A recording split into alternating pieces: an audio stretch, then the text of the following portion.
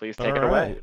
Yeah, you got it. This is going to be I think one of the more interesting panels that the event will hold this time around. I think that's because we have such a diverse and in terms of subject matter knowledge group of people on this panel that we're going to dive into now what's happening now in the industry from their individual perspectives, and then we're going to jump into future, and they're going to put their Nostradamus hats on and tell us what's going to be happening in 2025 and beyond so that you can kind of point your learnings in those directions. So I'm going to do, in the interest of time, I'm going to do just a few slides just to sort of introduce who we have on our panel and why you need to be sitting on the edge of your seat as we walk through this. So this panel is, basically, strap in. I'm going to blow through this really quickly. So my name is Frederick Van Johnson. I'm a photographer and a podcaster. I'm an ex-United States Air Force combat photojournalist. I'm an entrepreneur. I've worked in high tech at Apple, Adobe, companies like that. And now I am the host of the This Week in Photo podcast, and I'm a marketing and strategy advisor for some high-profile tech and photography companies. So Alex Lindsay, whom I've known forever and ever, Alex designs and executes complex events for the web. And anybody that knows Alex Lindsay knows that that is the little tiny tip of the iceberg of what this guy has done and what is doing right now, Star Wars, anyway, stuff like that. This is Alex Lindsay that we're graced to have his presence with us today. We've also got Dado Valentic. Dado is an award-winning colorist and color scientist with extensive experience working at the crossroads of art, science, and technology. He's best known for his unique approach to processing digital images, as well as his unique style of color communication. Dado is the creator of the first application that does color grading via AI. So we're going to dive into that a little bit as we move through this, where things are and where things are going. So honored to have Dado on the panel. Also on the panel is Colleen Pindergrass. Colleen has over 25 years of experience in video editing, teaching, designing, and leading teams. Her experience allows her to empathize with users and colleagues in order to bring their best idea to life. She says that she's always believed that the best path forward for a design is to collect the often colliding viewpoints of both experts and new users and use the lens of her own experience to discover new and innovative product opportunities. All right. Thank you, Colleen, for sitting on the panel. I'm excited to sort of dive into this wealth of knowledge. And as the slide says on the screen, she's a former design manager of pro video applications at Apple. So I think she has all the answers for us. So we'll get to that. All right. Last but not least, iJustine. She's a YouTuber, a host, author, and actress. She has over 1 billion views on her YouTube channel and has legions of fans anticipating every new video release. She initially gained attention as a pioneering life caster who communicated directly with her millions of viewers via her Justin.tv channel, iJustine.tv. Today, she continues to hold the title as one of the internet's most popular personalities and technology tastemakers.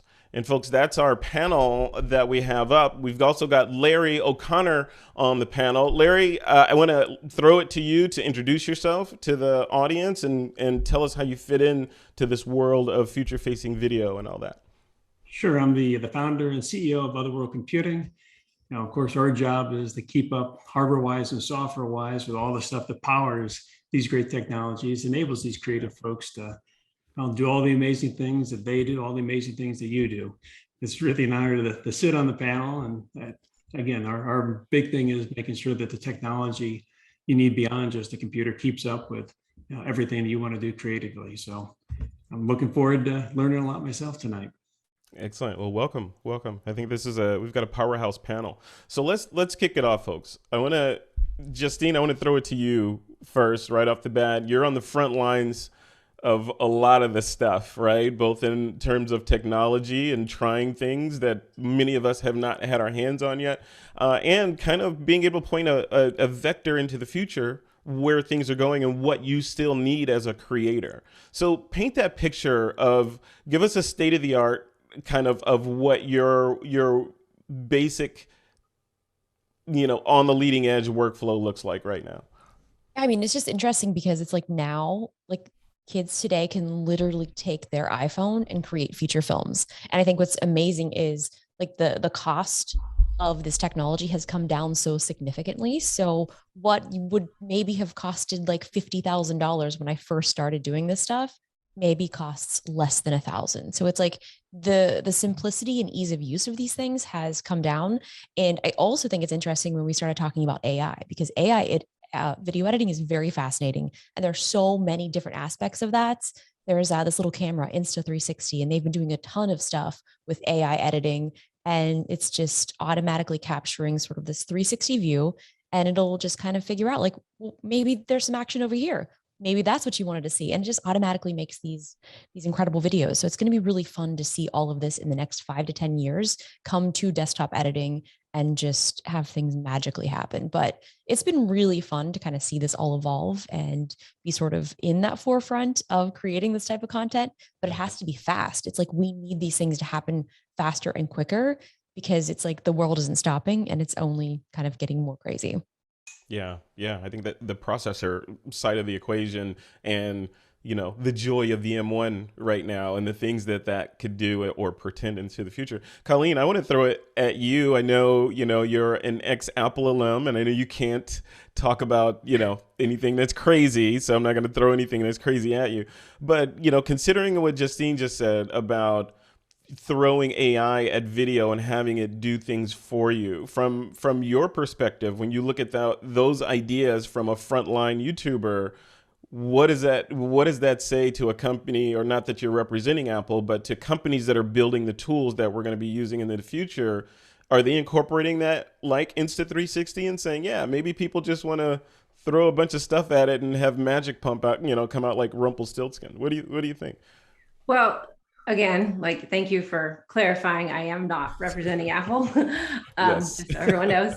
But yeah, I think, we are doing things like that. You see that in memories already in the Photos application, and the amazing cinematic video that is now out there. That's pretty awesome as well. But I think what's going to be interesting is when we start to really merge user intent and AI. And I think that's the thing that I'm most excited about, coming from a design background, looking at what users want to do and what they want to create, and then saying, oh, we can help you with AI, versus hitting them over the head with a sledgehammer and doing it for them. I think, what Dado's doing with the color, it's a fuse of that. It's a merge of users saying, I want a little bit of this, and then the computer doing something awesome for them. So for me, that's what I get most excited about. It's not the taking over of my creative decisions. It's the assisting me. It's helping me be faster. It's helping me do the really hard stuff. So that's what I'm kind of excited to see coming in the future. Yeah. It's interesting. I was just gonna say, like, simple things like Final Cut having tracking. Like, that is something that I was like, we've been using plugins before, and now I'm like, this is great. Like, that's automatically detecting what we wanted to have track. So simple things like that is just so helpful. Yeah. I wonder, and any of you guys, feel free to jump in. So there's always going to be that pushback, right? So from the traditionalist of, that's cheating. How are you going to let a computer make determinations about your aesthetic feel that you want for the piece? A computer is synthetic. It can never have the flow of a traditional cutter. So, but then the other side of it is, why not? Right? Why can't it get to that direction? What do you guys think about that, Alex? You're on the front lines too, right? Yeah, I mean, a lot of times when we look at it, been doing this long enough to feel, to kind of watch this progress in a couple different areas. And taking the tedious area out is what we want the computer to do for us. So when I started doing photogrammetry, I was doing it by hand in the mid 90s. And so we were literally matching vanishing points with a box, and that would help us figure out the lenses. And there's long drawn out process to build simple models. And now we take pictures with our iPhone and throw them into a script, and you come out with a model that was way better than anything we created 25 years ago, or 20 years ago, or 10 years ago. We saw the same thing with match moving, where match moving was something that we did by hand. When I was working at ILM, the match moving was done by hand. Someone would literally sit there and match the move, and be very upset when we gave them the wrong lens information because it really made it much harder. So, and then we had Buju and match move, and so on and so forth come out in the early aughts. And now the fact that it's just kind of built in, and you're like, oh yeah, I just want that to stick to that is amazing. But those are the things we don't want to be good at doing. Those aren't creative tasks. Those are menial tasks that we have to do to tell our creative story.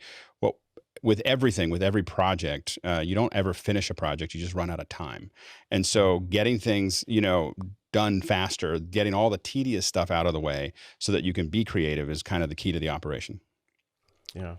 Dado, do you agree with that? In the whole idea that it's spot on. Yeah. This is exactly experience that we had when we started building our application.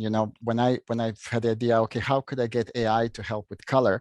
And then, my initial idea was, we're just going to have one button. It's called auto color, and you press it and you get the result. And the first thing when we show this, and it happened that when I was starting to develop this, I was working for a really large studio in Hollywood. And, when I showed it to colorists, they were like, well, that's not what I want. I'm not here to have an auto, there is actually, there is no decision. And not just that, AI doesn't really get it right, it gets it right maybe 8 out of 10 times. But what happens with the 2 times that it didn't get it right, how am I going to correct this? And right now, most of the AI applications out there are a little bit like a black box. You kind of throw something at them, they give you a result back, and you have to just, swallow it or say, no, I don't like it. Let me try something else. So the biggest challenge for us was, how to find that balance. How are we going to actually, keep creative control as a humans, right? How are we going to, keep control and be able to influence AI to just give us this assistance that we don't want? And one thought for me was always the way, the best invention in the world happened when we imitated the nature, right? Even digital cinematography is nothing else but imitation of our human visual system. So I was thinking, okay, how does our body works? And actually, there is a huge amount of processing that happens in our brain that we are not conscious, where just our mind takes care of us, like how we breathe, how we sweat, whether we thirst, there is so much processing that happens for us that you and I can have this conversation, right? So I was thinking, if we can make, post-production system function exactly in the same way, that there is a lot of things that happen in the background that take care of us so that I can focus consciously on this thing that's really important for me. If I'm a colorist, color is really important for me. Can I just please do that? And you organize shot for me? Can you group them for me? Can you please make sure that skin tone match across the shots? Can you do this for me? Can you do that? And that is really the golden formula. That's really what, is going to make us better filmmakers. Yeah. Yeah. And Larry O'Connor, I went through at you're sitting on the retail side of this world. So, presumably income streams coming from a million different places in this grid alone. But on the retail side, you have a singular sort of information point about what people are looking for on that other side of the equation. What are you seeing? What are you seeing in retail when we look at trends or future-facing trends and these sorts of AI technologies? All this stuff needs performance. So NVMe storage is absolutely king. And things like the Excelsior and the Thunderblade, whether you're talking about moving large sets of data so it can be processed, or just amazingly fast data stores like the Excelsior, which it's 10,000 megabytes a second in the Mac Pro. PCs have Gen 4, so give a bit more capability. That's really where it's at. There's all these capabilities coming along, all these great AI technologies, which I don't think are going to replace people. Like everything else, technology, it just lets you do other things. If you're an entrepreneur, you worry about, well, if I delegate or hire people, what am I going to do? AI comes along and lets you do so much more because, as Alex said, you're not doing the menial stuff. You're not doing the stuff that you have to do. You're not doing the heavy, the lifting that you can delegate off. You're focused on, the art. And you look at the technology side, that's there to let you get things done faster. Now we have all this data to process and faster computers, the M1, certainly the new Macs, the new Apple Silicon is going to take things to an interesting new level. But everything in general is about speed now. It's high capacity and performance. Now we know what we want to get done. We've seen how we can get it done. The technologies are there, but do we have hardware that's fast enough to make it all happen? And the hardware has been the real challenge for us. Even with drives, we use a lot of OWC's drives. And the interesting thing is that like we're doing a lot of 120 frame 8K right now tests. And because 120 frame has a couple different uses. One is it's evenly divisible by 24 and 60.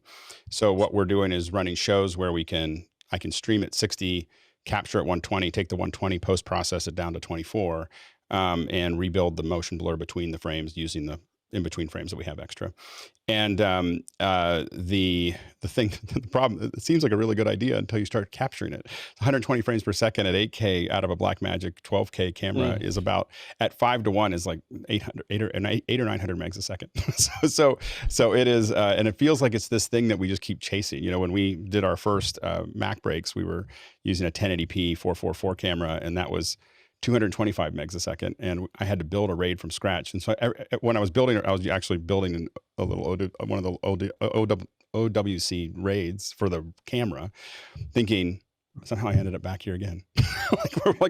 I'm building another RAID to be able to capture from a camera, and so it's just this constant challenge. But I think that as we think about future as far as hardware and so on and so forth, the 8K is coming quickly, and I also think that high frame rate is going to be something that we're really interested in over time. I've had the opportunity to watch a lot of 120 frame 8K, and it affects your lower brain differently than regular. Everything's video, and somewhere between 90 and 120 frames a second, it turns into a window.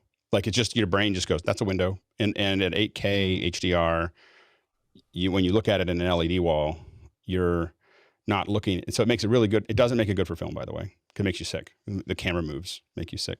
It's good for horror. It's good for horror. We saw a test of that, and that was too much. I literally just was like, I can't watch that. And it's good for concerts and sports as well. We've seen a lot of sports tests, with it. Obviously, there's been some big sporting events that have been testing it. And but that high frame rate is going to be something that creates a whole new set of problems, though, because it's high resolution, high frame rate, and so we're trying to figure it out. I can't say that we have. Just capturing it is a challenge, and then processing it becomes a whole new problem. And we're really glad that Apple is giving us better. Like the ProRes processor is. I'm almost there to get the laptop. I so wanted in a Mac Mini. I'm holding out. I'm like, I'm not going to buy it because as soon as I buy it, they're going to release a Mac Mini because I don't travel anymore. I don't need the laptop. Right. I just need a little. I got 3 of them right here. 3 little Mac Minis doing stuff. So I have my 16-inch MacBook M1 Max sitting on top of my Mac Pro. Like that breaks my heart. Is it faster? It's incredible. Yeah. The interesting thing was I actually originally found OWC because I was in a panic whenever the Mac Pro first came out, and I shot all of this 8K, like 3 red cameras, highest possible quality, because I really wanted to push the Mac Pro as much as possible. But the problem was the solid state drive that was in it was only like 4 terabytes. I was like, that's not going to be big enough. And then when I found the Thunderblade drives, I was like, this has changed everything, because I had all of this 8K footage. I was able to store everything on that. And that was when I first kind of realized, I was like, oh man, like once we start shooting in 8K, like the hardware needs to be able to catch up. Obviously I have this incredibly powerful computer, but like, if I don't have the storage to be able to handle that, then like, what do we do? Yeah.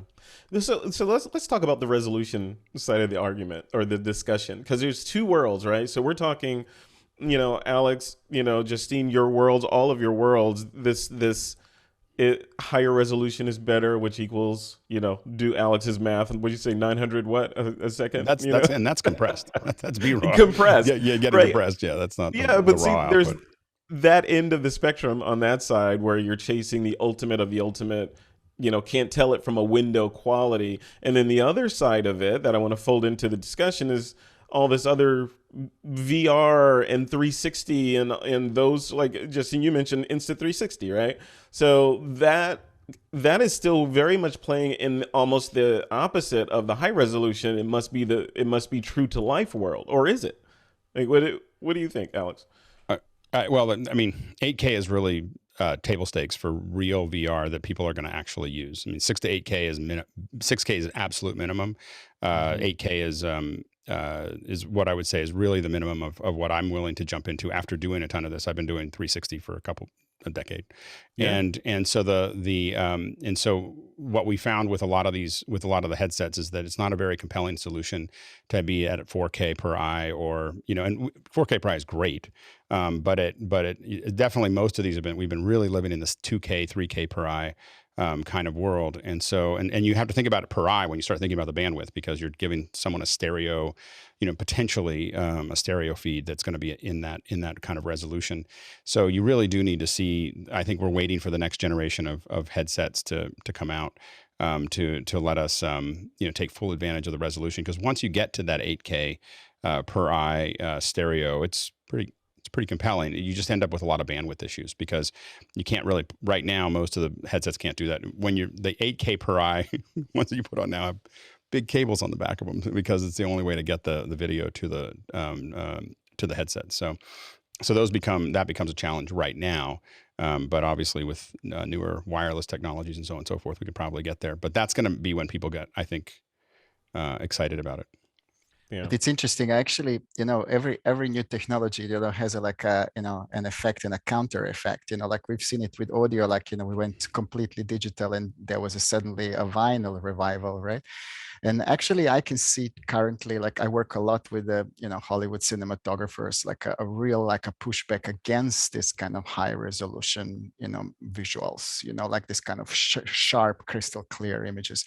The amount of effort that we put at the moment in post-production of your favorite shows that you watch on, Apple Plus, Netflix, Amazon, to actually reduce the perception of high resolution and make it aesthetically more appealing, more analog, more like film. It's unbelievable. And, it's crazy. Actually, I go while you guys are going and shooting at K, we in post-production are trying to make that 8K feel like more analog, more softer, right? I don't think a lot of these things work as well I don't think the 8K and 120 frame per second is actually good for film. I don't think that you need that for filmmaking.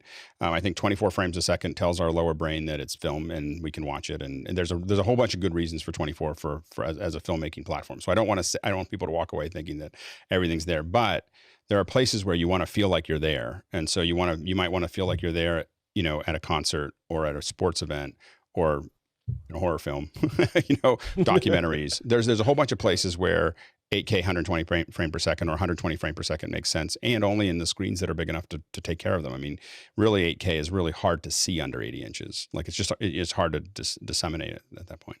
To that same point, I'm shooting 4K TikToks and Instagram Reels and then also doing the same thing. I'm like, oh, this looks too good. I need to make this look worse. So it's like there's that fine line between, depending upon the platform, it might look too good. And then the algorithm, even on like Instagram or TikTok, is like, oh, you clearly didn't shoot this with a phone, so we're going to push that down. So there's so many of these like fine lines that you kind of have to walk on various platforms. It's like, how do I please the platform and then make the audience still feel like they're engaged and it was something that they could film? But it's also interesting because a lot of brands are like, oh, you're just shooting like 4 Instagram stories for this project. And I'm like, yeah, but I'm still setting this up. I'm lighting it. I'm mic'd. I have a 4K camera that I'm flipping vertical just to make it look better. So it's like this perspective of it's just a few Instagram stories. I'm like, yeah, there's a lot of work that goes on behind the scenes, and also that educational process is always interesting.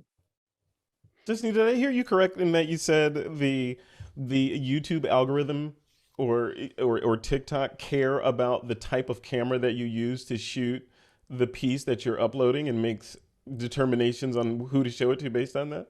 Yeah, I mean, definitely, because I've definitely heard from a lot of people, like even TikTok specifically, I feel like they really do want you to film it in the actual app. So I think the same thing goes with Instagram.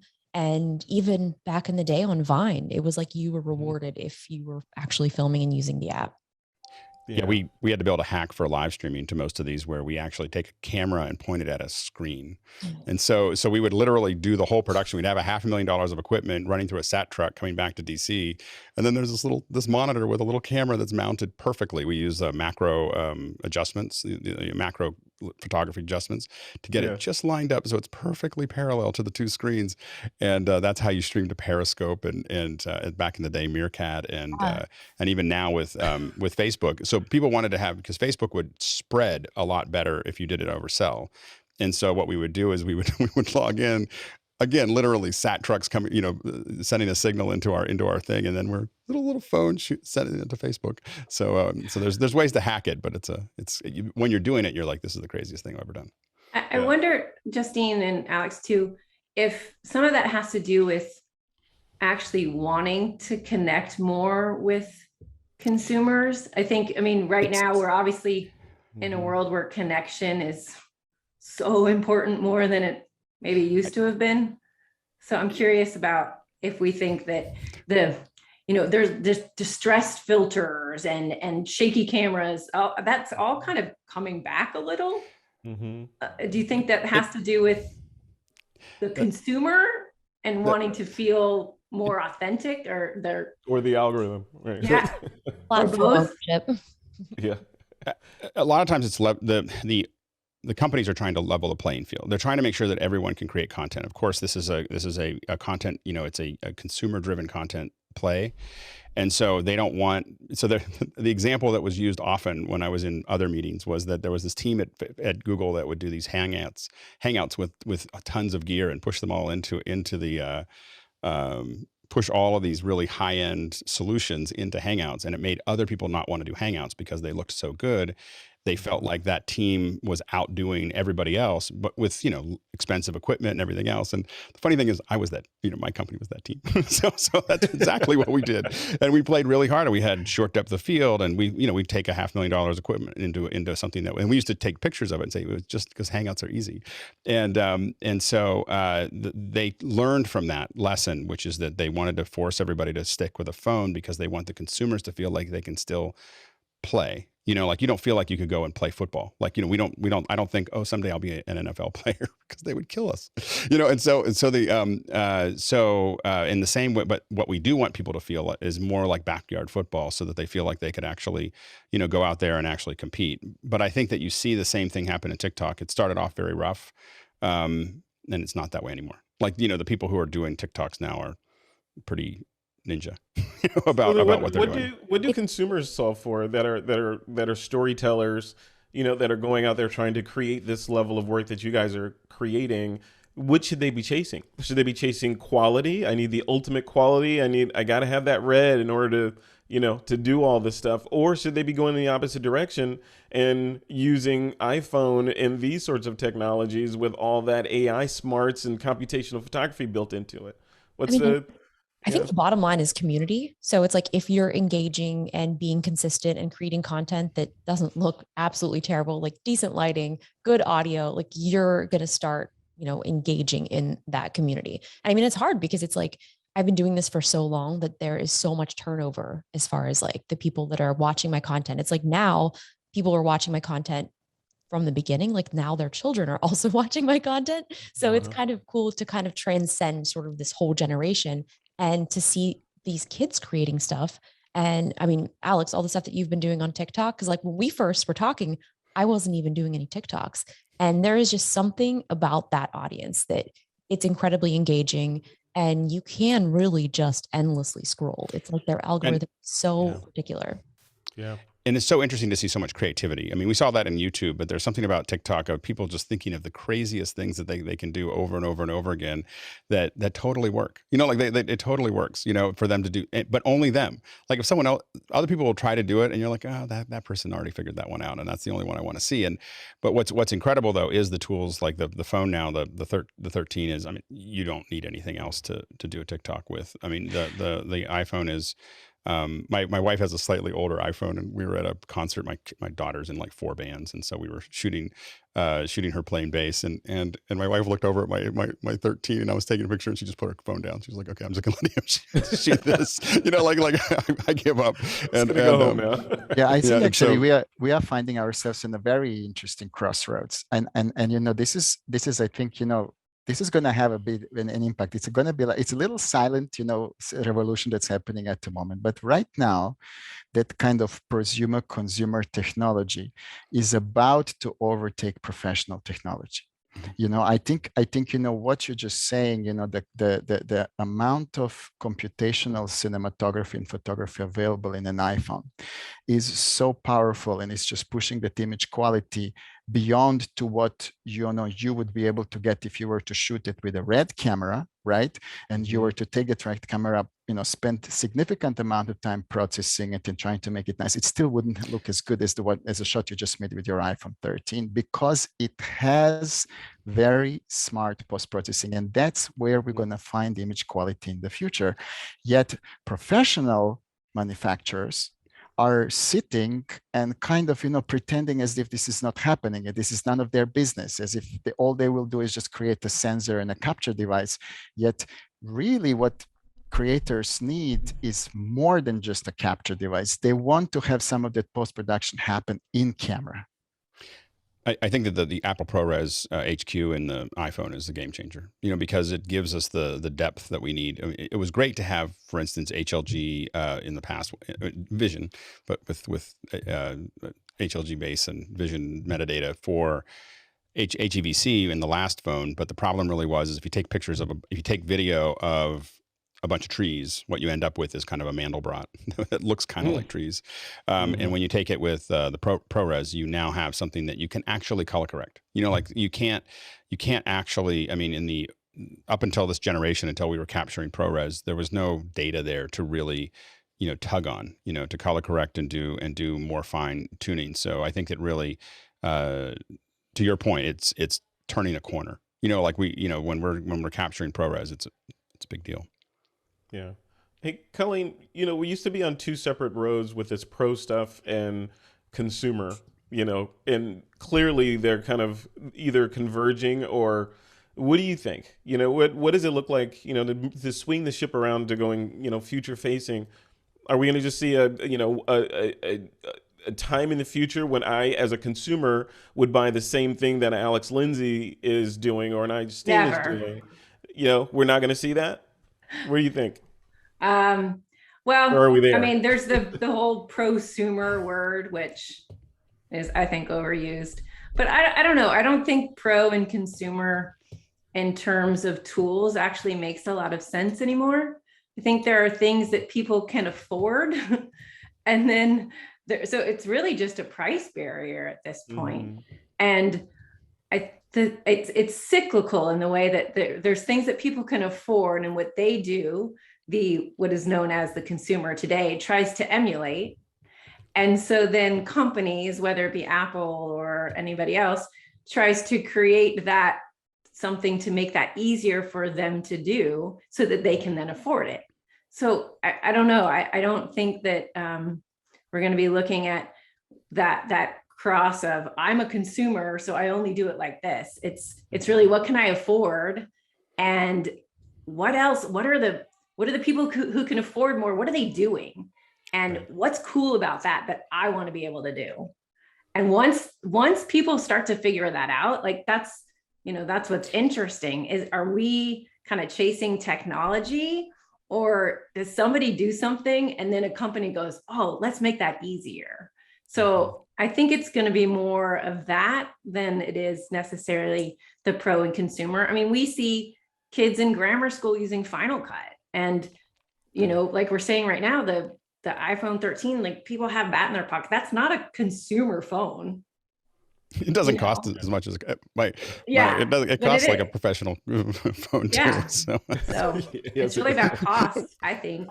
I mean, I have little kids that have sent me messages. They're like, oh my gosh, like I got your Final Cut tutorial. I'm learning Final Cut this weekend. I'm like, that's wild. It's crazy. There's a comment that Ben made in the chat that said that feature films are still not being done on phones So yes, there is a huge gap between upper and pro and consumer. I mean, you're never going to be able to replace like that cinema glass. So it's like, yeah, there's reasons that a lot of these studios are doing that. But honestly, I do feel like there is going to be a generation where it's like, we don't need all this. Let's just do this on our phone. Like it's easier.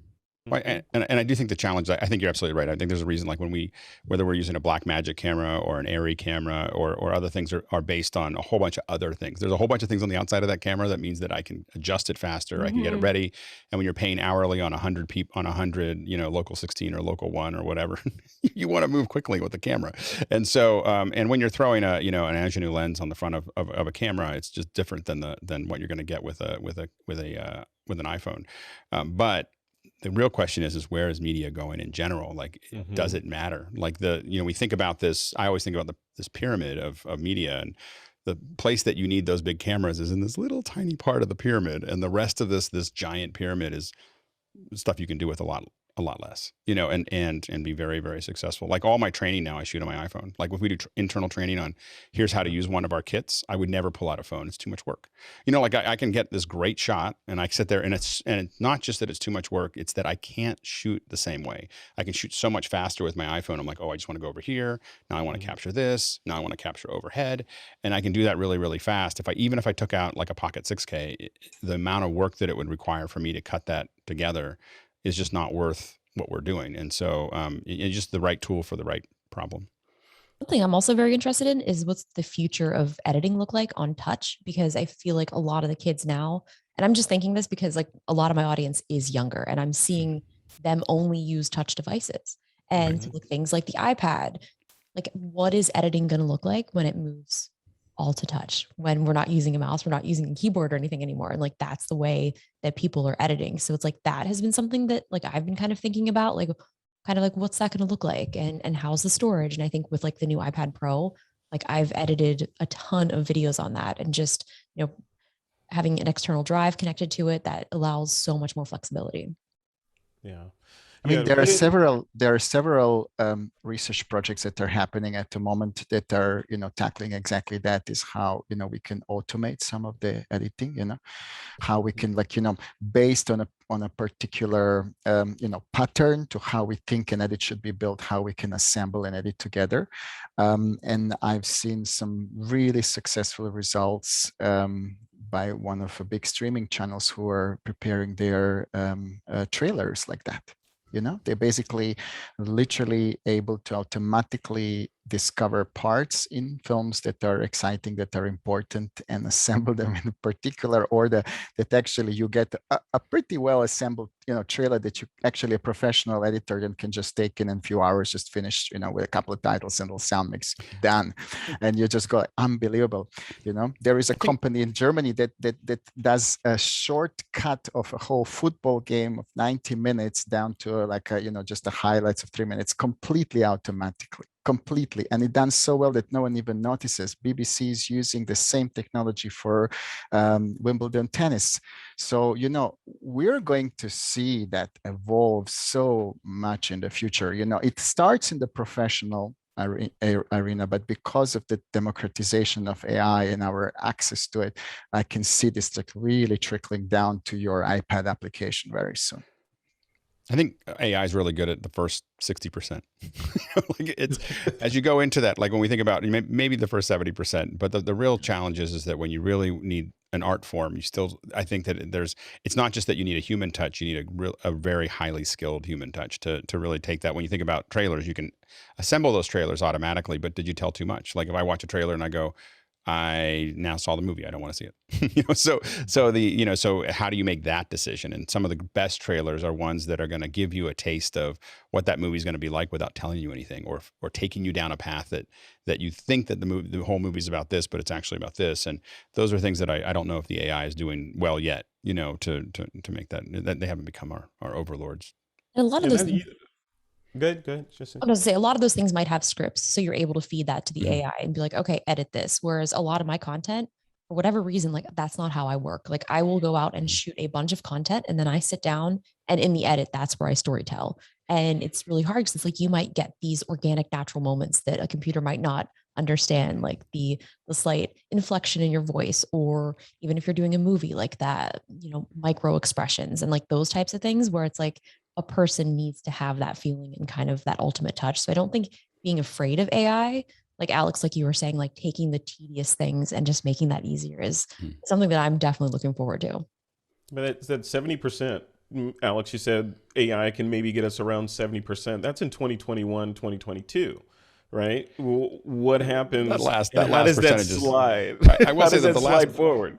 The last percentage, when it comes to the art form, the last percentage is really hard. It's a logarithmic thing. So I think that as you get closer and closer to the top, the ability to really take that, the next 10% is as hard as the next, I would say 2% of after 70 is as hard as the first 70. And then the next 2% is as hard as the one before that. So I mean, 100% agree with that. Yeah. So the thing is that it's easy to get that first piece done. Like we have, like one of the things we use to match cameras now is we don't, instead of using the switcher to match the cameras, because we're all using I use a lot of Blackmagic cameras, and because of that, what we found was we'd rather load the LUTs into the camera because we can get a more accurate color, that way. So what we do is we take a Demont chart out and we shoot it, and Blackmagic has an automatic. You can just pull pull the chart in, and it will snap and give you a color that is accurate based on that Demont chart or an X-Rite chart or whatever. And then you can save that out as a LUT, put it back into your Blackmagic camera. And now if you do that to all the cameras, they're pretty close, but they're not perfect. So we have a colorist for the stuff that really matters that's going to go in there and tweak every single camera by hand. Now it only takes him 20 minutes a camera or less to just tweak it, but he still does better than what the Blackmagic auto matching does. And now those cameras are spot on, and that's the thing you always notice is that when you take someone who's got a lot of talent, the computer does, like, if someone didn't know how to color correct the camera, I would say just use the automatic one. don't try to figure this out. Like just hit the button and it'll go. And that's better than most people outside of broadcast do with matching cameras. When I need it to work, I need to go to someone who's got talent to do that. I mean, the idea is not to completely replace human in Right. doing it. Actually, the idea is just to allow that creative to be more productive, and it's very common. I work next to like a trailer editing company, and they have assistants that assemble trailer for them to begin with. They're not really there from the beginning of the job. They really start with a pre-assembled timeline, and then try to create a story. So the idea is really exactly that. We're not trying to say, oh, let's just make a machine that's going to go and do everything for us. No, let's just see how we can accelerate the process, because the volume is higher. Maybe instead of just making one trailer, how about we make 4 trailers and see which one performs better and which one we should be using more to promote. So all of this is now opening to us with the fact that in the same amount of time we can produce more content. So really that's the benefit. That we're not trying to say, hey, let's completely remove an editor, or no, that's the worst decision you can make, unless you really have never had a person operating, as you say, you never had anybody creative, or you didn't know how to match cameras. Perfect, the button is there, just press it. But in case you have an amazing talent already, you can so much help and assist the talent to really give them what they need to do and focus to what they're really great at, instead of spending 8 hours going and recutting and assembling material in order just to start cutting the trailer. Yeah.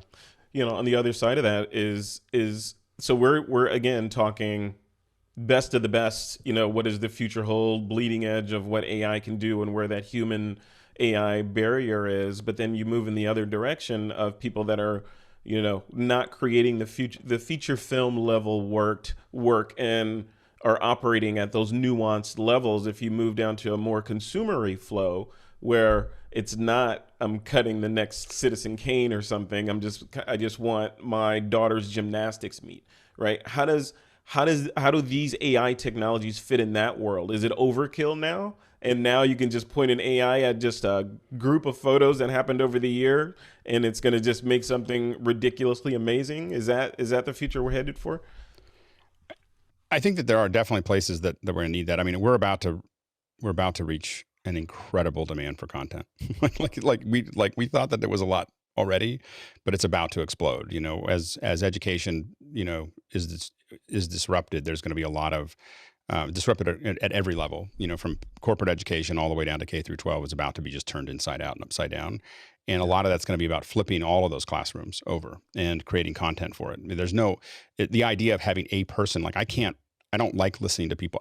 We're discussing it now and I talk every day on a thing, but I like hearing discussions like this, like someone talking to me about something, like about a subject and teaching me. I can't do that anymore because I need to listen to it at 2x. Like I can't hear you lecture something to me at 1x. So I won't go to any lectures anymore because I don't want anyone to try to teach me at 1x because it drives me crazy. And so, because I'm so used to 2x at this point. And so the concept of presenting content is something that without interaction with the audience, I don't have any, I think so. But what that's going to do, the impact of that is that we need 100 times more content than we have now. And so at like 100 times in the next decade. It's not like, and the problem we're going to have is not that there's no demand for it. It's that there's not enough people to do it. It's also different types of content. Cause I mean, for me, like I learn very differently and I always struggled in school. So it's like catering to those people who learn in those particular ways that traditional classrooms can't provide is something that I think is so fascinating. And, being able to supply that content for these kids to be able to learn and meet them at whatever level they need is going to be really cool. And the one thing I just want to show you, I want to show you something because it's cool. This is the thing that I'm most excited about when we talk about the content, when we talk about the future is this. So I'm in preview. So this is just Apple preview. And this is a USDZ model. And we can't talk about the future without talking about what this actually means. So this is a company called Clarity, and we built this for them. Chris Fritchie, who I think is somewhere in the audience here, actually built this model, or took the CAD model and textured it. And so far, we've seen a lot of USDZ models that look like toys to me. So we really wanted to push to see how far we could push it. But this is already in motion in Final Cut, and I feel like we don't talk enough about it because the models that we see aren't high enough resolution. So this is I can open that in preview. I can actually send that to someone and open. It's actually on their website. So if you go to their website here, you can see using an Apple device, download an interactive 3D model. That's the USDZ model. All of these screenshots were done from that model. So they didn't have to do a photo shoot. They didn't have to get back to your automating things and making things faster. This is going to probably, I won't make you watch the whole thing. This is an animation that I did in motion. So Chris built all these in here so you can kind of see. So I've been doing 3D for a long time, and the fact that I could do all of this in motion as opposed to having to do this in Cinema 4D or Modo or other things like this is pretty slick, and so this was all literally put together, rendered all out of motion. And the cool thing is that you can export this out to Final Cut. Like if you wanted to have things come together, this is the AR version next to the real version, just as a test, so we could see how the two of them, compare.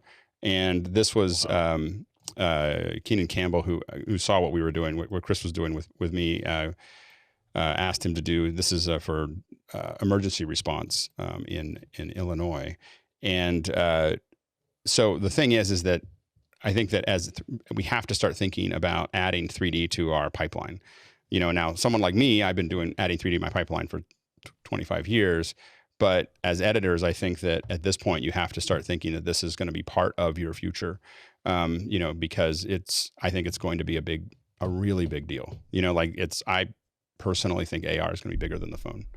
And that's coming down the path. But the USDZ stuff, as someone who's been doing models for a long time, what we dreamed of 20 years ago was that you could just have a model that had all the textures on it, like had all the textures and had all the lighting, and then you could just add it to things and rotate it around and drop it in. And the only thing that's missing right now is that I can't do that in Keynote.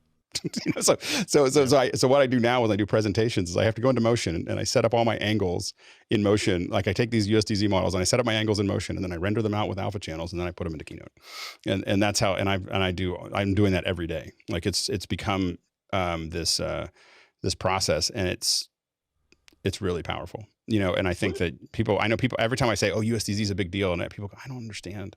Like, why would you do it? And part of that is because the model creation is hard. So until Chris cracked the code on how to get these textures done, it was climbing up a very steep mountain without a lot of things. But a mixture of Cinema 4D or Modo and Adobe Substance really kind of cracked the code where we could export. Where is this content USDZs. going, Alex? Where are we, like, you said there's going to be this insatiable demand. Is it all based on, augmented reality and that sort of things, those technologies? That I don't think it does. If AR never existed, the USDZ is going to be a big deal, because when you can take that object, so when you can send that object, that clarity node that I just showed, when you can send that object to someone and have them just pop it up in front of them, or, have them, it should be, literally every piece of hardware is going to want to be a 3D model, that you can open up, because you have to remember that you can take it into Reality Creator and start adding behaviors. And so you could theoretically have a mixer, for instance, and have, like, literally as you move the sliders, the audio comes out the other end based on what you're doing. And so the thing is that you can build, objects that people can download and actually interact with and learn how to use the whole product. The next generation of manuals may be with AR, with heads-up displays and all of that other stuff all built into it. That's a mixture, and little videos popping up that you edited that when you hit the thing that you need to figure out. And so, but what's going to happen is, every person that we've seen, when they see their own models done in 3D, they're like, oh, this is the future. And again, you have our client Clarity. Their big thing is that they were really excited, because now they have a model that they don't have to take a picture of every single time they want to show it to some new angle or something for an ad. All they do is they just open it up in preview and rotate it to where they need it to be, and then capture it. And so that's transformational.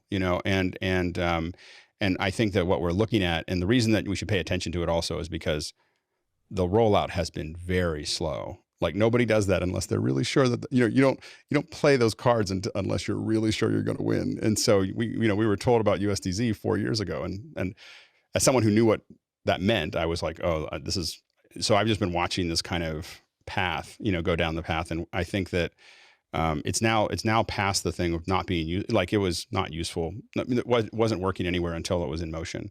But, and there's still some, sharp edges. Motion doesn't anti-alias very well. So like what you saw there was rendered at 8K out of motion. And then I run it through compressor to do the bicubic to bring it back down. And then that blends that does the oversampling that we need to have. Shame that Unreal Engine doesn't run very well on Mac, isn't it? Because really. That render, like, would look. It has the same problem. So Unreal has the same problem with aliasing. It's the fact that it has to be you have to oversample geometry, or you're going to get aliasing along long polygons. And so that's the real issue there. That Unreal has the same problem. All the digital sets. But you can apply a lot of post processing that actually fixes it. Without you necessarily having to kind of do all of this in a compressor. You do it all in the engine, right? All I know is I watch broadcast television that still has aliasing on it with Unreal Engine. So I know that you should be able to do it, but they're still not doing it. So the thing is it must be hard, because they're putting it on $1 million shows, and I'm still seeing aliasing as they as they move it around. And so I think that and you'll notice, like, when I rotate it in preview, it's not anti-aliases every time I stop. So as soon as I let go, it anti-aliases it, and and I think the M1 is a big step forward, in that process. Of being able to make that possible. And I think that with the purchase of Weta, I think Unity is, if you're a Mac user, I think Unity is your future, as far as development goes. I want to veer the conversation in that whole future direction, Alex. Maybe you can kick this piece of it off. You have like you said, you have a ton of experience in VR and 360 and all that. So overlay this metaverse concept and give us your idea of what this world might look like in, I don't know, 5-10 years from a content creator's perspective, even not just, not the metaphysical stuff, but more of the, okay, if it's here, is there a market for content creators in that new metaverse? Well, yeah, you have to build all the geometry. I think it's going to take 5 or 10 years. I think we have to be very patient with the metaverse. I think the problem really is that the reality, and I've tracked this since the Second Life or whatever started. So it's been something that I've been interested in. The problem really is that there's an uncanny valley that you have to go through to really get there. And that uncanny valley, as the humanoids get more and more lifelike. We did a whole keynote recently in Unreal, actually, with using metahumans. And the real problem is that they were close enough to the real thing that you noticed all these weird things about their face and all the weird things about the movement because it got too close, So I think that things like Memoji is way better, or the Animojis, where it's like a head, but it's not exactly like it works well. When you start getting into more realistic views, it starts to really be weird. And so I think that we're going to have a lot of trouble with that. We're also going to have trouble with community. I mean, I know that in Ready Player One, it makes sense that everyone's somebody else, but it really takes a level of safety away that communities tend to want to have. And so I think that, real IDs are going to be a thing. That you're going to have to know who people actually are. Maybe not what they look like, but they have to be a person, not three different people that are within that metaverse. But from a content creator, it's going to be busy. Yeah, I mean, but it's a lot of people are going to throw money at it right now. I think everyone will throw money at it. If you put a business plan and goes, I was going to raise cows, but for the metaverse, they'll be like, oh yeah, sure, we'll give you some money. Colleen, what do you think about that? What do you think about that? You're put on your future facing hat, and are you looking forward to a metaverse world? And what does it mean to someone in your position? I think the thing that both Justine and Alex touched on that excites me the most is what this can actually do for education. So I think what this does is it actually creates a whole new type of content that's going to be created that isn't being created now. And that's kind of what Alex was saying. Like, if you think about what those types of models and those types of things can do for classrooms, for training, for, like you said, no more manuals. Like who reads anything? They say that everybody goes to YouTube to watch it now, but now if you can download the model of this and you can open it up and see what it does, that's so much more interesting. And it like I said, it's a brand new type of content. Like that barely exists right now. It's out there, you can find it. They're kind of corporate and kludgy, but that's what excites me about the USDZ and the 3D stuff. Not just the high end, these aren't just going to be spaceships anymore. It's going to be the things that people are using in their homes that they learn how to do. So that's where I see it as exciting, because it opens up a new type of content, a new type of experience for people to learn. And that's a whole new world of content creation, right? In terms of, the whole hero's journey and all that stuff, telling stories. When you're in a virtual world where, you are creating the physics and telling the story in that way, then, what do you think? I mean, Dado, I wanted to throw it back at you. And then Larry, I want you to chime in on this as well. Looking in that virtual world, is it... what does it mean for a colorist? I actually was running a startup called Acute Art that's still around. I founded it a few years ago that was creating art in VR, and I worked with Jeff Koons, Marina Abramovich, and Anish Kapoor, really big artists who we encouraged to develop art in VR, and it was just amazing experience. It was at the beginning. So I and one thing I found was that the creation process is the most fun. What is really challenging is to actually, I think that any invention that requires people to wear any form of glasses has not necessarily been adopted, widely.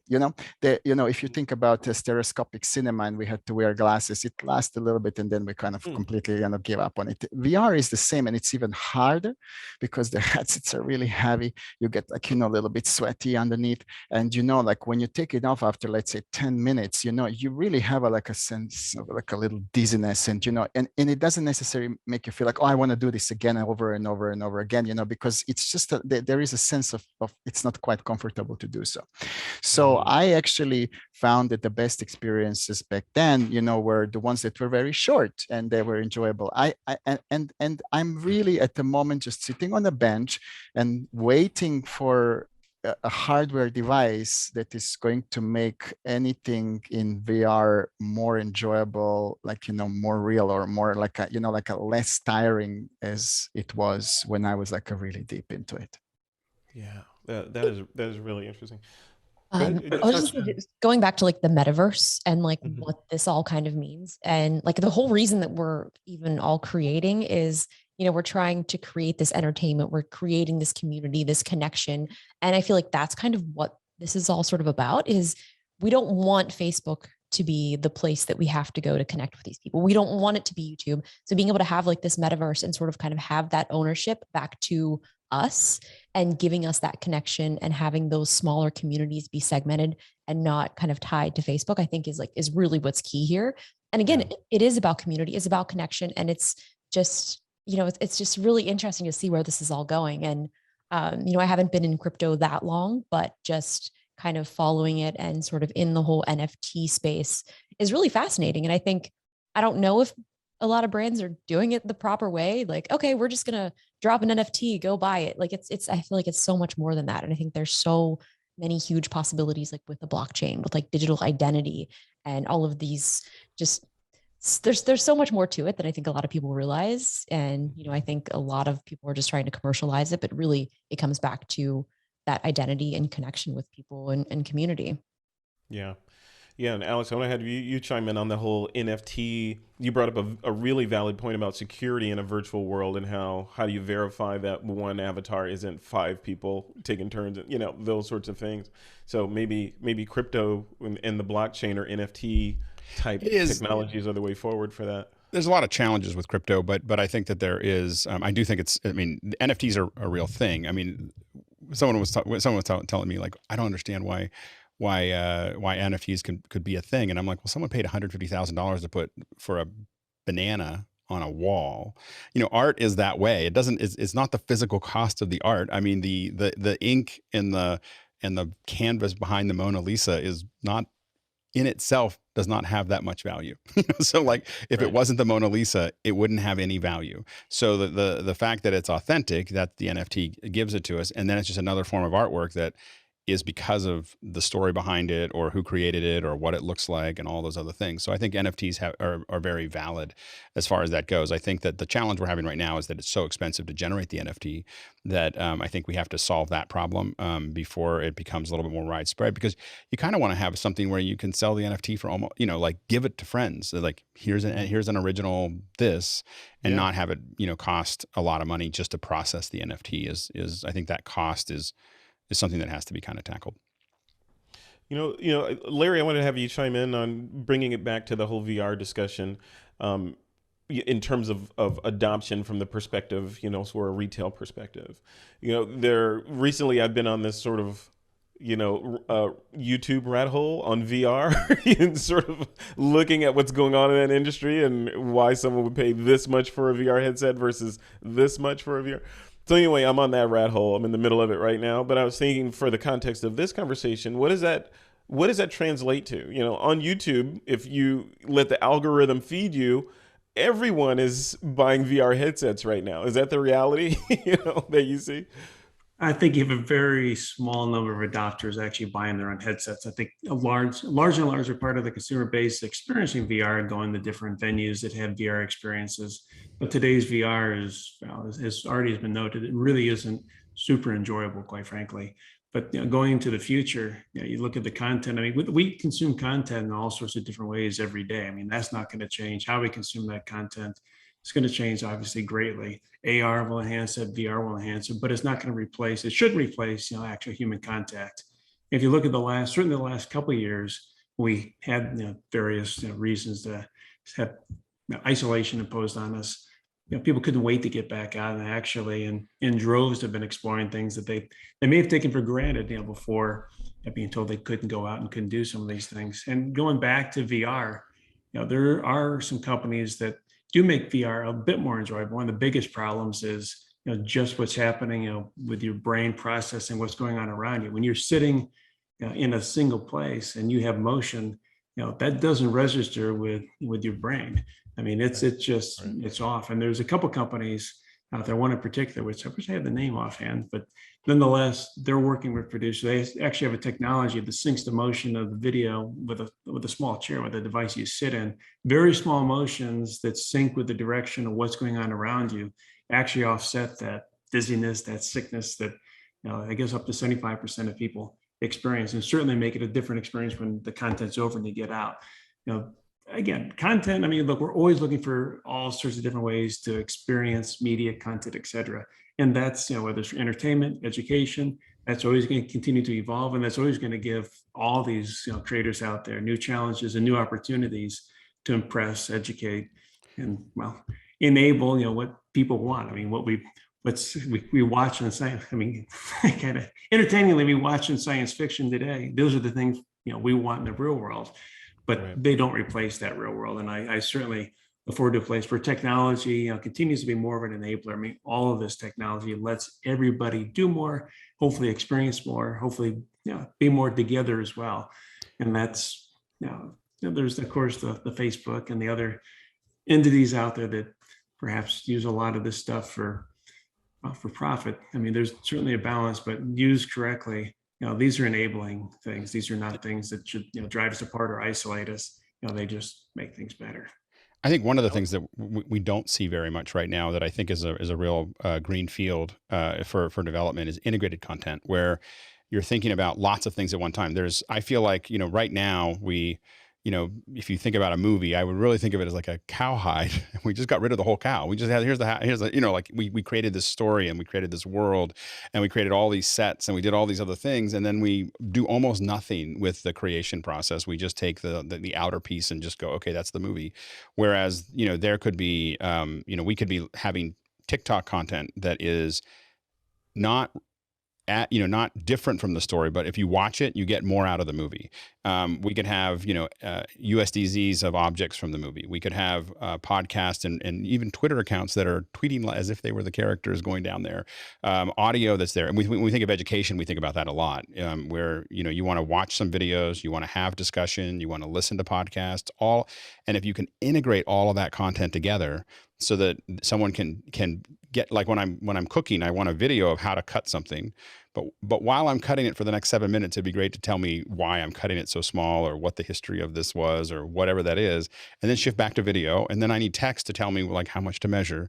And so all of these, but we're not doing very well so far at integrating all of the content that's available to us into one unified experience where we can, watch the movie and get all the extra content and play with these other things and, play with our own versions of the models and that type of thing. And I think that's going to be over the next decade a real opportunity to for filmmakers. And we couldn't do it because Hollywood was too backwards. But now we're moving towards, with Apple and Netflix and Amazon and there's new sheriffs in town.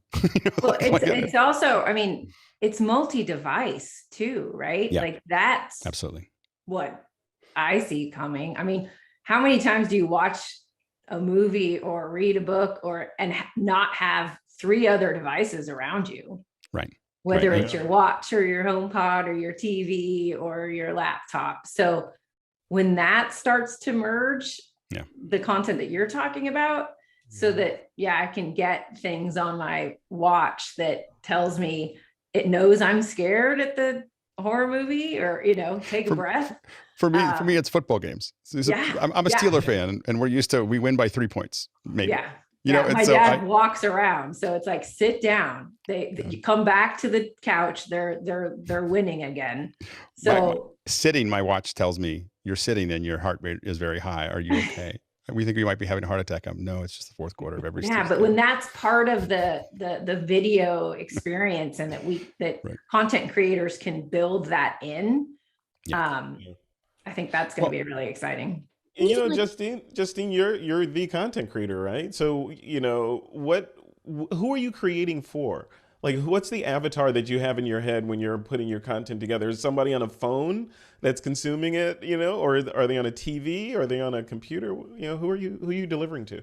They're everywhere. So it's kind of like you have to sort of meet these people where they are. So it's like I create specific types of content for each thing. So I might be in the middle of shooting a video and I'll be done and I will stop and then I'll shoot something on my phone for TikTok with that same product. So it's like, you have to shoot different pieces for whatever that is. But as far as like YouTube, that is longer form content. I assume people are going to be watching on the phone or on their TVs. But like TikTok and like Instagram Reels and all of that stuff, it's like a whole other part of storytelling, because you're now kind of switching into vertical. And it's like people are watching it on the couch or they're watching it on the go. So you have to have captions, because a lot of times they don't have sound turned on. So there's so many small things that you have to sort of like think about. But also being a part of these communities is important, because if you don't kind of know what people are doing on TikTok, you can't sort of feed the way that they're consuming it. If I'm not watching Instagram Reels or continuously scrolling on TikTok, like I'm not going to know how to use the platform. So it's kind of just interesting to sort of be a part of the communities. And I know there's a lot of creators who just pay people to edit their content and then just post it, and that's great. I love it, but like for me, I'm in the weeds. I'm still editing a lot of my content, and it is something that I really love. And am I going to be able to do that forever? I'm not sure. I'm exhausted, but it's like it kind of, you can see it though in that type of content. One of the things that as we move away from, as advertising starts to fade, which is going to happen over the next decade, the community is going to become more and more important of how to build that community around your content. Because content, we've talked about content being king, but really community is king and content's the honeypot that brings people in, and you really have to think about how you're going to use that content to build a community. And people need to be thinking about it right now, because 10 years from now, I'm just going to do an ad campaign to flush up a bunch of people isn't going to work. People are buying their way out. They're saying, I don't want to be tracked. I don't want to be followed. I'll pay YouTube to not give me ads. That's the trajectory. The trajectory is that the most important consumers will be opaque to advertisers within the next decade. And so you have to figure out, how are you going to build a community around your brand, as opposed to how are you going using content, lots of content, but the content itself, the content by just, we're just going to churn out content that people are going to watch. That's a transactional relationship with your consumer that isn't going to last, as we move into the next generation of what we're doing. And also the way people are watching. So things like share play, like Colleen, you were kind of mentioning like the way that people are watching on their watches and things like that. It's like they're watching things differently. They're watching them together, but separately. I know. If it would just scale, like 32 is so cute. It's cute, but we want to think about 30,000. Think 30,000. Of just, that's what we want to be thinking about. Like we were really excited about Netflix Party, but we got to 100 and broke. And we're like, but there's a chance for all of us to have these unified experiences globally. But when I saw SharePlay, I was like, yeah. And then it's at 32, and I was like, I'll wait.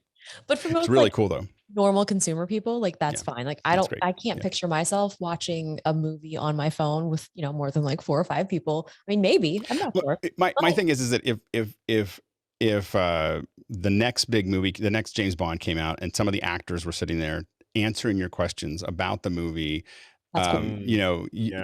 30,000 people would be the right number, or 100,000 people or 1 million people would be the right number for them to sit there and do it. Like, watch the movie, and then we're going to watch it again with the director, and he's going to answer your questions live, and people are pushing those in and getting it. But that's why you need to scale, to make that happen. Yeah. Even like with Discord, because I know in our audience, like they will listen to like me and my sister's podcast, usually like every Saturday on Discord together. So it's kind of cool to sort of have that kind of experience. And I mean, we're not even a part of it. It's just they like that they do on their own.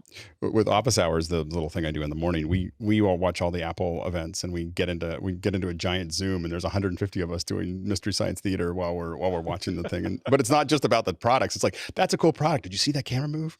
So it's an entirely different thing. I want to remind the audience that we're going to jump into the Q&A in just a second here. So go ahead and throw your questions into that Q&A. I'm gonna take a dark turn a little bit, Alex, and throw it back at you on this privacy stuff, especially in the VR world and inclusive things. So from a technology standpoint, when we talk about the promise of a VR world and the different things that can happen in that world, how does that translate to people that may not have hearing or may not have sight? Are they excluded from these new VR worlds and locked in this one, with even fewer opportunities here? I don't know if they're necessarily any more excluded than they are now. I mean, if you're using all the senses inside the VR world, then you have, those things. If anything, you have opportunities for closed captioning all the time. From a hearing perspective of, so you can have audio description going on, what's happening, of what you're looking at, or what your experience, what people audio description experience, if you can't see it. So I think that there's ways that you can actually create those experiences. And I think that spatial audio makes it a big difference. I've worked in spatial audio as well for a long time now. Or not a long time, but a couple of years. And stereo is just kind of muddy. It's cute. It's like the difference between mono and stereo and spatial is about 10x. It's so much more, because it gives your mind more places to put objects, and so when it's stereo, it's just right or left. But when we start changing the timing so that we know what side it's on, and the tone so we know the height, we start getting into an entirely different experience. And I think for people, for instance, that might not have sight, this is a much more compelling experience for them to feel like they're somewhere, as opposed to just a mere stereo, So I think that the spatial audio is also a really big deal. I mean, I'm in the middle of, you can't see it, there's a bunch of stuff around here. I'm in the middle of installing a 714 system in my office so that I can do more in Logic. Because now that Logic has it, I was like, I didn't want to learn Pro Tools, but I was like, I already know Logic. So as soon as it added the spatial, I was like, okay, now I got to buy a bunch of speakers. See, we have to talk. That's a deeper conversation in a different direction on that kind of stuff. Let's go around the table real quick before we jump into the Q&A there. Larry, I want to start with you. Just a quick future-facing thought about where things are going from a content creator's perspective.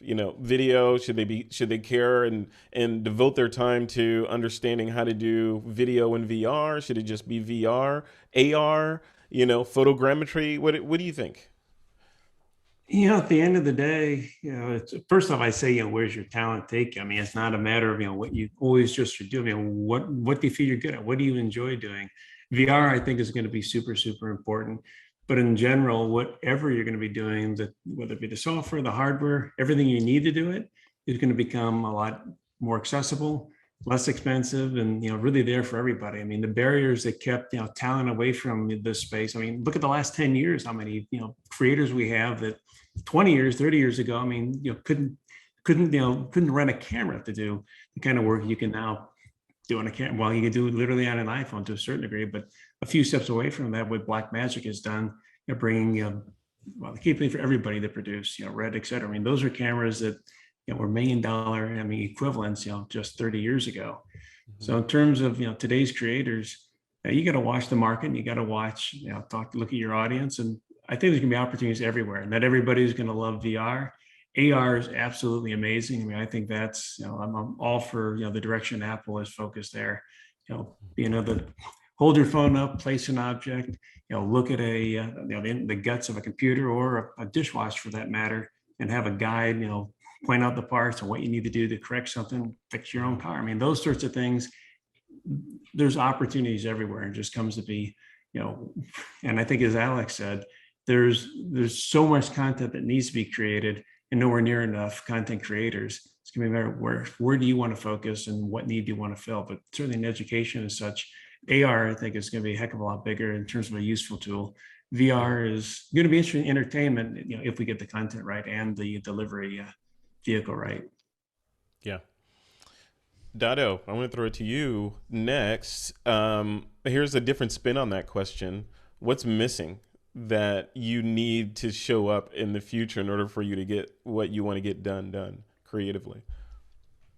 I actually, I think that, that element that's missing is exactly, what is driving creativity. I think if we were to be in a situation where we would have everything, we would stop being creative. I think creativity is born out of our, kind of fight that we don't really get what we want. The best art pieces or the best creations, the best movies are created exactly when there was a problem, like if you even watch historically what happened with cinema, or if you watch, even with, I think the reason why, content creators are so powerful today is because they are really, taking technology that they can afford and compensating with their own talent in order to create, compelling content.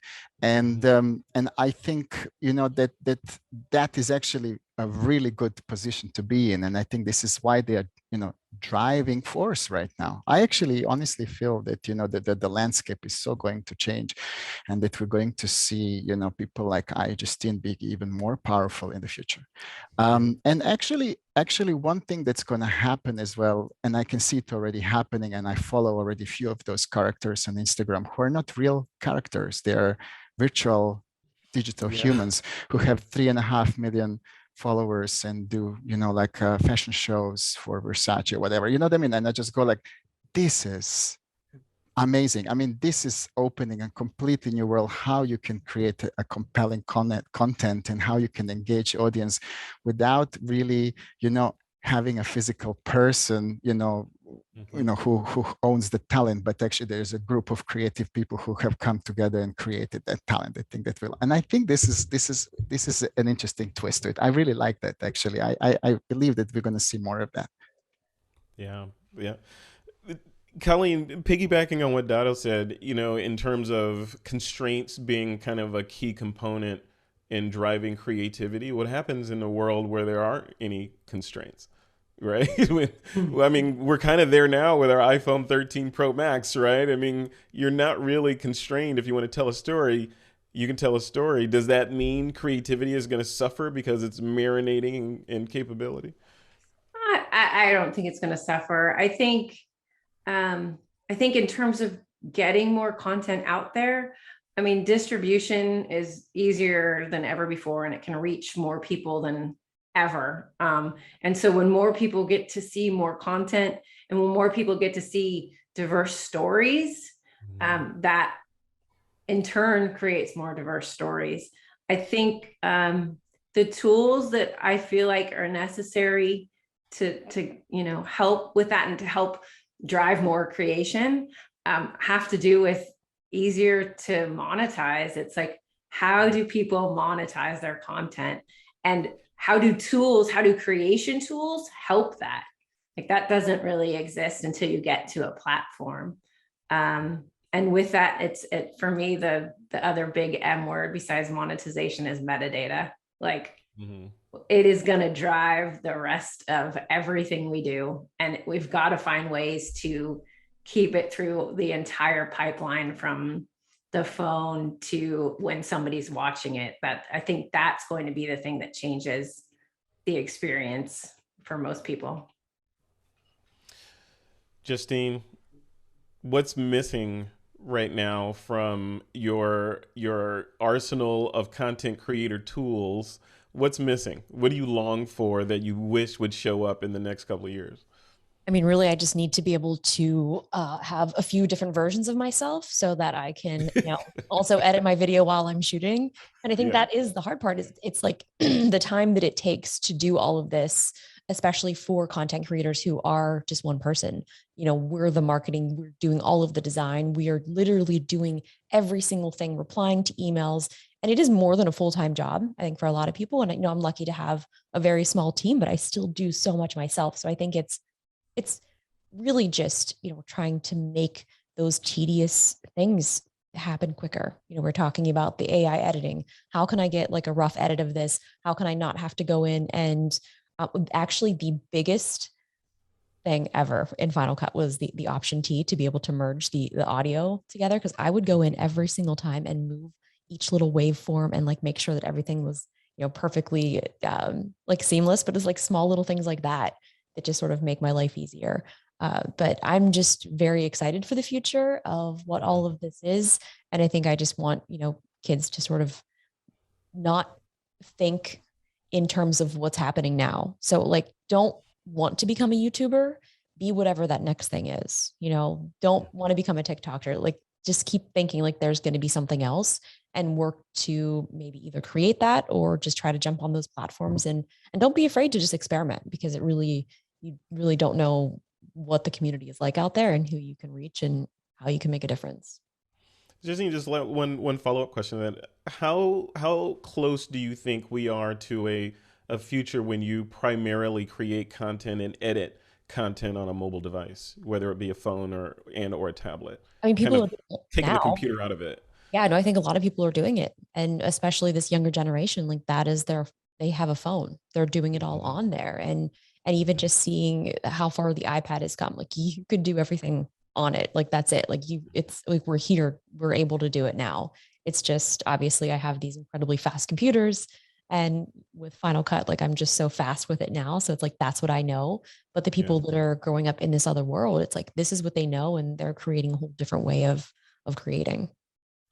Yeah. Alex, Lindsay, take us home. Like future facing from a production standpoint. I've seen how you work, man. I know I know it goes into the giant productions that you pull off without a hitch. What does that world look like with the trucks and fiber and this and people and all that? Fast forward 10 years, is it all in the phone? Is it all in one case? What does it look like for you? Oh, you're muted, Alex. One of the things that that we're experimenting with a lot in office hours right now is the idea of how do you build these next generation of conversations, like what we're doing here, where we have a panel every morning, 15 to 25 people, and how do we cut between that, and how do we set up super sources, and how do we do graphics? And right now we're experimenting with having a lot of that done, when we talk about automatically, a lot of that stuff is being managed in the back end, so that we're pulling, like literally our next generation version of what we're doing pulls all of the people out of Zoom and puts them into a constellation. The constellation is being driven by a software called Isadora, which is being controlled by Universe, which is sitting on the cloud. So it's literally someone just types in, I would like to edit this show, and they get an interface and they start tapping on it of like, let's cut to this person, let's cut to this person. Wow. But what that's doing is when it says, I want to go to a super source of the people who are going to answer the question, because we pulled it out of Zoom, we know who they are. So it goes, oh, just grab these people, put them into a super source, and put it out there. But the person doesn't have to figure out how to feed that in. The computer does all that. The system does all of that for them. And so, but what that's allowing for is even though I've used lots of big trucks and everything else, what I'm really excited about is the idea that an individual, small organizations could say, I want to do a discussion, and I want it to look like broadcast, with the lower thirds and the super sources and all the graphics and everything else. But I also want it to just be a simple interface that someone can just tap on and just edit it, but not like, everything being kind of formed through something where you have to do it the way they want to do it, but it can be designed and you can have an interface that lets you control all of those things. And so we're experimenting with that right now, and we'll have it done by the end of the year. I mean, you can see pieces of it if you go to office hours now, because we're streaming it in HD. We're streaming it to YouTube in HDR10, 4K, and we're working on binaural at the moment. So because the YouTube Live doesn't have the 5.1 yet. Doesn't have 5.1, but the or Atmos. And so, but we see a future where we can stream to an app, on the Apple TV that is Vision, Atmos, 4K, discussion, and easy to turn on. I mean, and when I say that's a future, that's not a long-term goal. That's like the next 3 months. And so that's what we're doing. But what we're doing is we're making all of that stuff available to everyone. So we're like, here's how we figured that out. Here's how we figured that out, because what we want to see is everybody doing that. And I think that discussion format of live shows is something that we're really, really, I think that's the future. I mean, when people can be part of the conversation, in that, what we see is, on Facebook, our average view time on shows is about 28 seconds. On YouTube, it's about 6.5 minutes, which is much better than Facebook. In office hours, it's 78 minutes. Average view time. So the thing is it's because we're interacting, with the audience. And so I think that's going to be and I think that what we want to do is get to a point that anybody can do that. Not someone with a truck, not someone with something, but anybody can relatively easily and relatively inexpensively put together incredible shows that are discussions about what people care about. Love it. All right. Head exploded. We are just at the bottom of the hour. We're at 90 minutes in. I want to get a couple of questions in, if you guys can hang out for another few minutes or so. Is that okay? A couple questions. I actually, as we're talking about the future, in a very, very near future from now, I have a flight to catch. So and that one doesn't, it's not going to wait for me. It's not virtual. No. It's actually one where I really have to go physically on. Maybe in the future this is going to be able to change. So I'm really, really sorry for that. I would have to go and run through this door in the next minute or so. No problem. I'm sorry, I'm going to be rude. I'm going to say goodbye. Tell people where they can go to connect with you and see your, Oh, where yeah, are you online? very easy. Just go to colourlab.ai. It's British spelling, COLOURLAB, colourlab.ai. And you can find me in all the kind of, like a social media, like I'm on Dado Valentic on Instagram. And I usually use LinkedIn as well. So this is between those two, you're definitely going to be able to get in touch with me. All right. Well, thank you so much. And it was amazing. I actually want to watch a replay as soon as this is live. Like I want to go and watch it again, because it's so much more enjoyable when you watch it and not necessarily participate, just to take everything that we said. It was actually really, really inspirational. Thank you all, guys. And thank you for having me. Okay. Safe travels. Thank you. Bye. Thank you. Thanks, Bye. Thank you. Bye. All right, guys. So we'll take a few questions now, just starting from the top of the list. Let's see. Alex 4D says, do you think Apple should do more public engagement with all kinds of editors and motion graphic designers? This might convince the unconverted to try Final Cut and Motion 5. So public engagement, public betas like Adobe did with Lightroom back in the day. Should Apple be doing that kind of stuff? Colleen, you can't answer that. All right, so I will bow out of this question. I just redacted you from the question. You're done. Thank you. Justine, what do you think? What do you think about that? I mean, honestly, like what's incredible is I bought Final Cut so long ago for $300, and I have had so many updates and upgrades that it's like I have made that money back over the course of the years, obviously. So it is one of those things that it's like, this is an investment. And I promise you, like, if you are into video editing, it could at the beginning be something that's like, wow, this is really expensive. But like, when you are getting into this, like it is an investment. And I mean, I honestly could not say it was a better investment, but if you want something free, there's iMovie. It's like, there are free options out there that you can also get. Perfect. All right, Chris Fenwick is in the chat. He said, I've heard, I think he's speaking to you, Alex. He said, I've heard you talk very passionately about USDZ recently. I think I might have answered that question. I think before. You blew that one out of the water, yeah. All right, Chris, I hope you're satisfied with that.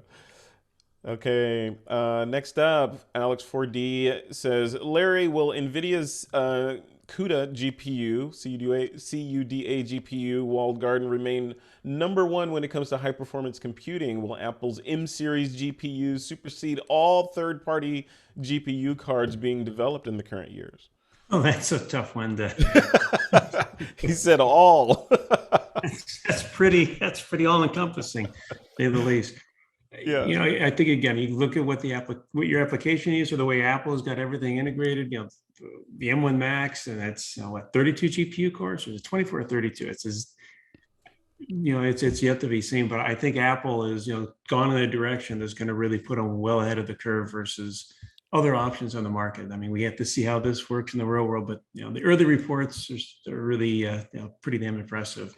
So it's going to be interesting just to see how. I mean, it's Apple has disrupted the way things work, as they have many times over the years, and I think Apple users and those who come to the Apple platform are going to be pretty happy with a lot of things, a lot of the capabilities we've got going forward. Yeah, all I can say is M1, just one. It's just one. M1. Like every time I think about when I'm gonna, the computer, the trajectory. As someone who's, been using a Mac since 1984, it's just like we've had a lot of time. We've had a lot of time when we said, yeah, it's slower, but it's a Mac, and I don't want to have to. I value my time and my sanity, so I'm going to stay on the Mac. But yeah, I know it's not as fast. We don't have to say that anymore, and we're not going to probably have to say that anytime soon. So I think that. I would argue a properly configured Mac for a very long time is B2PC. Yeah. No, it's been hard to make the argument. Whereas when you deal with price, to your point, when you deal with price performance, as we go into the M2 and M3, I don't have any idea what it's going to be, but I think it's going to be really fast for the price that we're paying compared to everything else. And you're going to have to keep on stacking those cards up you know, it's not that you won't be able to build a PC that's better, but I have PCs that are really fast, but they have 4, you know, Quadra cards in them. so they're, you know, they're 20 grand, you know, so that's, you know, so I think that, you know, what we're going to get for our dollar is going to be really good. I mean, like I said, I have a $6,000, $7,000 computer sitting on top of like a $70,000 computer. Yeah. When you think about that, I'm like, Yeah. this is the choice that I'm making. And, you know, actually I'm using the OWC Thunderbolt dock. So I have like all my drives connected to that, connected to the MacBook. And it's like, this is now my system. Like it's wild that I'm able to do things faster on this than, you know, the Mac Pro. Obviously there are scenarios where the Mac Pro, like having all the ports and the built-in cards and able to swap out things is great, but it's like, this laptop is all I need. Crazy that we would ever be able to say that, right? So here's Oliver says cinematic mode in AI will create, this is a controversial thing, will create professional idiots which do not know what they do, but they will do a lot. I know how real hard, basically what he's saying is, you know, will these AI-based technologies like cinematic mode and artificial intelligence obviate the need for an editor, you know, at some point, you know, or I don't know. What do you guys think? Alex, you want to answer that? You know, it just never does. That's just not how it ever has happened. You know, you know, what I will say is it pinches people at the low end and in the mediocre level. So again, that 70% below, you know, is pinched. If you work your craft, if you become better at what you do, you will get paid more and you'll still be necessary. Like for instance, I look at my brother is a very high-end Steadicam operator. He's got what's called a Trinity system, an Arri Trinity system on a Steadicam. So it's got a gimbal on a Steadicam, and he produces extremely complex shots. I am super excited that I might someday own the DJI drone, you know, the Ronin 4. Someday I'll save up enough money to buy that thing, and it'll make great shots. But it will not replace my brother. Because the shots that he does, the complex shots that he does for features, you know, and you know, and it's not cutting down on his work. I mean, all these little automated tools and everything else. I mean, he comes home every 3 months when he's in LA or New Orleans or wherever, you know, shooting these. There's precision that comes with that skill set of a decade of doing it with, you know, a $250,000 rig that is not going to be replaced by a little, you know, AI thing. Now, for me, that AI thing is perfect because I'm never going to learn how to be that Steadicam operator. So I can get 70% there with that, you know, by spending 15 grand. But it's never going to replace the people at the high end. The key is getting yourself to the high end. It's constantly working on training, constantly working on improving yourself. You know, that's where you just want to stay up there. It's the people that aren't very good, that aren't moving forward, that are going to have a harder and harder time. And I'd like to add too, I think it doesn't actually dumb anything down or make people worse. It actually introduces them to things that they didn't know. Like, I think a lot of people are just learning the term rack focus, you know, right, or tracking. Like, you know, they're used to putting the sticker on their head and it just does this. They didn't know that was called tracking. Right, until it comes into the tool. So I think it's an opportunity when things do things automatically for users, for tools to then, you know, be able to show them, oh, you just learned how to do something that is, you know, hundreds of years that came, you know, from film way back when. And so that's what's exciting. It's like these people didn't even know that was actually a technique, and now they do, and now they might actually try to do it themselves. So that's what I get excited when I see those automatic things. But I do think there's opportunities for tools to help people learn on top of it. That I think that's still missing. You know what? I think we'll wrap up on that and go do a quick roundtable with contact information, and you know, so people can know where to connect with you folks. Larry, I want to start with you as we put the landing gear down.